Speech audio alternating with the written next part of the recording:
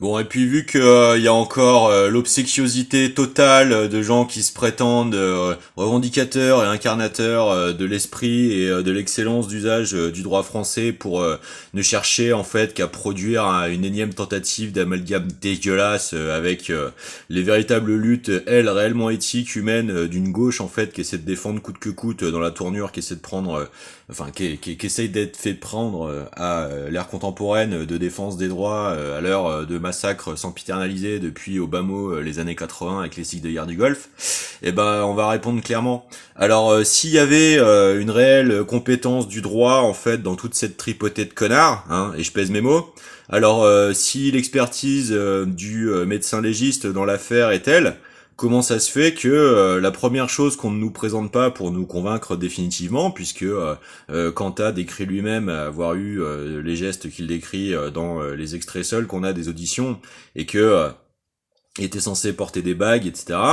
Pourquoi il n'y a pas la preuve en fait matérielle indubitable fournie, produite, hein, puisqu'on essaye donc de s'adresser à l'auditoire, donc on essaye nous, citoyens souverains, d'essayer de nous donner à voir quelque chose de fondé, et donc ça devrait l'être.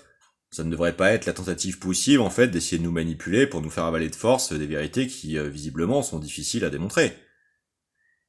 Pourquoi dans ce cas-là, la chose absolument solide qui est complètement absente de la démonstration, c'est la trace de ces bagues sur les multiples contusions, par exemple.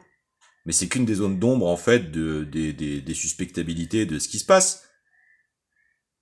En fait, il est où l'élément de preuve absolument indémontable du fait que, un, c'est bien Kanta qui a commis l'intégralité des violences constatées sur le corps de Marie, deux, que elles ont été faites pendant le seul laps de temps où ils sont présents tous les deux dans la chambre. C'est pas que je cherche absolument la petite bête, c'est que, honnêtement, moi j'ai bossé dans l'audiovisuel, hein, je me documente et je connais le milieu de la production documentaire depuis de longues années dans ma vie. J'en ai développé une culture générale personnelle où je recherche l'excellence des travaux documentaires, notamment dans des sujets historiques particulièrement importants, et donc j'ai eu un laps de temps long dans ma vie d'étudier les documentaires de propagande, les contre-documentaires indépendants avec réellement des excellences méthodologiques. Donc je sais comparer les méthodes. Merci, je suis une auditoire consciente et capable. Donc, encore une fois, où sont les preuves matérielles de la solidité absolue de ce qui est affirmé dans l'hypertrophie des griefs qui sont faits à Kanta? Et pourquoi cela est premièrement absent, alors que ce à quoi nous assistons, c'est la tentative d'exploitation manipulatoire des rapports d'injonction éthique à deux balles de la figure publique de Kanta. Parce que, je suis désolé, si vous voulez convaincre l'auditoire, la première chose à faire, c'est de se concentrer en fait sur l'ultra solidité de vos démonstrations. Ça fera le boulot à votre place tout seul. Mais non. Donc, qu'est-ce qui se passe réellement? Il s'agit de faire monter une polémique. Ça peut être compréhensible dans des difficultés à cause de systèmes d'omerta d'obtenir réellement un véritable examen des preuves.